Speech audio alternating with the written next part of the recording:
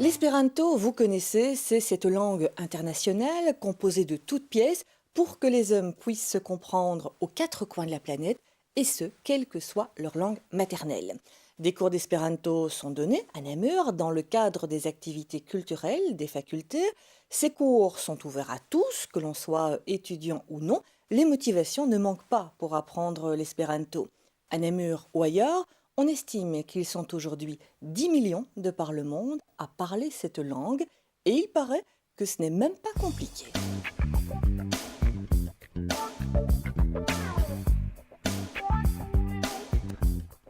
Malconsento. E lucina momento, dum regas malconsento, sen perdo de prudento, sen ficamento, ciù fortas pli potenzo.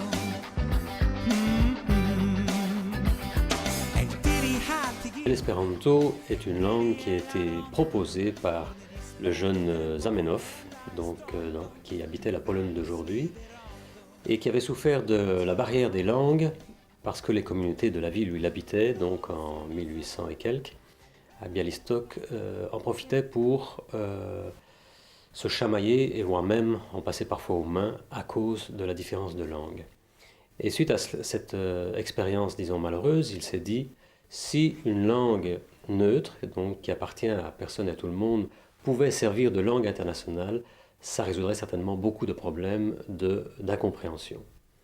Mais ce qu'on constate, c'est que jusqu'à aujourd'hui, la langue utilisée au niveau international a été imposée, si on peut dire, par la force. Au départ, c'est le français qui jouait le rôle de langue internationale. Est arrivée la Seconde Guerre mondiale, c'est l'anglais qui joue maintenant ce rôle, ou l'anglo-américain, disons. Mais on est toujours dans le même système où une langue nationale domine toutes les autres. Et donc, si on veut un jour sortir de ce système, ce qui est un souhait depuis déjà plusieurs décennies, puisqu'il y a eu au moins 600 tentatives de langue internationale neutre, si on veut sortir de ce système, il faut choisir une langue qui ne soit pas la langue de tel ou tel pays pour le rôle de langue internationale. L'espéranto ne vise surtout pas à remplacer les langues de chaque pays, au contraire, c'est pour être la deuxième langue de chacun, et donc surtout respecter chaque langue et chaque culture. Mais quand en Belgique on n'utilise effectivement ni le français, ni le néerlandais, ni l'allemand, et qu'on utilise l'anglais dans certaines entreprises, notamment ou dans certaines réunions, l'espéranto évidemment apporterait un plus, puisque la communication serait plus facile et donc plus accessible à tout le monde. Salutam, linda! Saluto, Tom!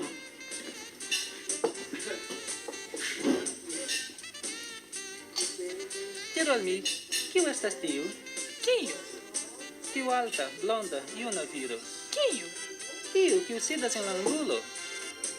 Oh, tiu. Jes, tiu. Mi ne scias kiu li estas. Nova studento verŝajne. Li estas tute sola. Ne, rigardu. Bela knabino iras al li. Ne bela. Juna eble, sed ne bela. Nur vi estas bela, linda. L'espéranto est une langue facile à apprendre parce qu'elle a été conçue pour être plus rapide à apprendre. Et pour comparer, on dit que pour un francophone, l'espéranto s'apprend 10 fois plus vite que l'anglais. Donc, bien sûr que pour un asiatique, l'espéranto va s'apprendre aussi plus vite, peut-être 20 fois plus vite que l'anglais, même si le chemin à parcourir pour maîtriser l'espéranto sera plus long que pour un occidental ou un européen. Néanmoins, l'espéranto reste une langue plus démocratique et plus accessible pour tout le monde. London? Yes. Mi povus resti in Belgio. Mais qui sont ces gens qui apprennent l'espéranto et qu'attendent-ils de cette langue? Jonathan est australien, il étudie en Belgique durant quelques mois et c'est un mordu de l'espéranto. Je ne sais pas exactement pourquoi je l'avais appris au départ, mais après que je l'avais appris, j'ai commencé à rencontrer des gens dans tout le monde, même en Mongolie et Burundi, des pays magnifiques pour moi. C'était vraiment une ouverture sur le monde. Et j'ai trouvé que, bien que l'anglais est utilisé pour parler un peu, avoir quelques communications à travers les pays, je n'avais jamais eu ce genre de communication avec des gens du monde entier, avec des jeunes de mon âge. Ça m'a vraiment ouvert mon monde personnel. Au départ, je voulais apprendre le japonais, c'est une langue très difficile, et donc comme je n'étais pas bilingue dans aucune langue, ni en anglais ni en néerlandais, apprendre l'espéranto m'a permis d'apprendre à apprendre une langue. Et maintenant, j'ai repris des cours de japonais, et j'apprends beaucoup plus facilement et de manière plus efficace le japonais. Donc ça, c'est la première raison. Alors la deuxième, c'était aussi pour voyager à l'étranger. Grâce à l'espéranto, je peux voyager chez l'habitant dans à peu près tous les pays au monde. Et donc j'ai notamment fait cet été un voyage à travers toute l'Europe en logeant chaque fois chez des espérantophones en France, en Italie, en Croatie, en Pologne, en Hongrie aussi. J'espère conscientiser un petit peu les autres de pouvoir l'apprendre, parce que je crois que dans l'Europe actuelle, bon, ça serait une bonne chose peut-être que l'espéranto s'installe par exemple aux communautés européennes. Là, il y a énormément de frais de traducteurs-interprètes, donc je crois que l'espéranto serait une langue commune si tout le monde voulait bien se décider à l'apprendre.